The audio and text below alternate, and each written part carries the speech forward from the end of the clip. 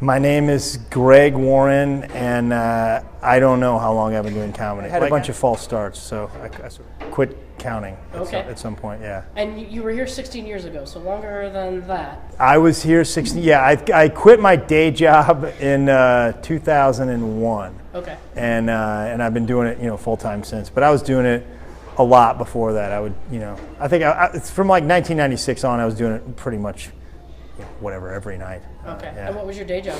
I sold Pringles potato chips and Sunny Delight and Duncan Hines and Hawaiian Punch and other things to grocery stores. Yeah. Yeah, that sounds awesome.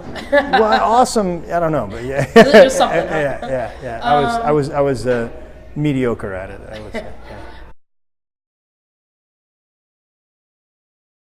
It was, I was on a couple times actually. I've made it to like the semifinals both times, and it was, you get to be around a lot of fun comics. The last time I was a little irritated with myself. I wish I would have chosen some different material, but it's there's just never stand-up comedy on primetime network television, so the exposure is kind of cool. Yeah. So, but I was upset with myself for about 9 months. So, yeah. 9 months. Yeah. Comics are sometimes the worst critics of themselves. Yeah. Actually, that's probably the quickest recovery I've had. Oh, that's rough. Yeah. I think it's more of a skill than an art. Yeah. I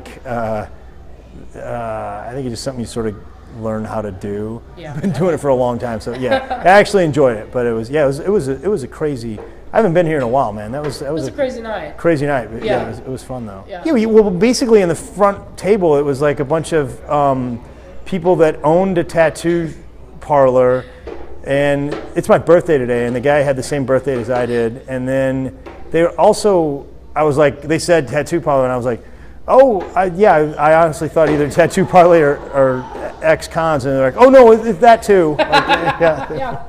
They said it very matter-of-factly, like, no, we're also ex-cons. That's funny. So it really is your birthday. You weren't bullshitting. Yeah, it is. Yeah. Well, happy birthday. Yeah, thanks. Doing comedy on your birthday. That's yeah. fitting. It sort of worked out that way. I mean, I think it all sort of starts with journaling.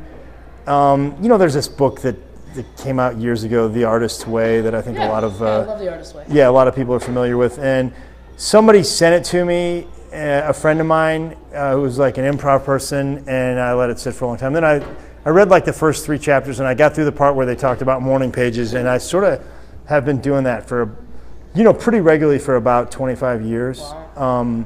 I mean, that doesn't mean I do it every day, but I try to go back to that process whenever I write, and that's sort of the foundation. Like, if something interesting occurs, like, I don't know, I think it's really hard to say what's funny, if you just sit down what's funny, but so if you could just start with what's different, what's an interruption in the continuum of the day, or what's interesting, and if I think of that as I'm going along, I pull it up in the margin and just print it, and then I kind of flip through those pages at some point, and those become premises. And I'm a little superstitious, and then I feel like if you do that all the time, like you do that for a month, you're going to get some material of that, but it also for some reason opens you up to when you're just walking around, something else comes in. Yeah, get your little radar up. Yeah, I think it does. I think the way the book said is that you get all those thoughts out of the way for the creative stuff to come in. Yeah. If you do it for a week, you could do it for a whole week and nothing comes, but if you do it for a month, it's always yielded something for me. I was living in New York, and I did, I was going on, I think it was like a voiceover audition or something, and it did not go well.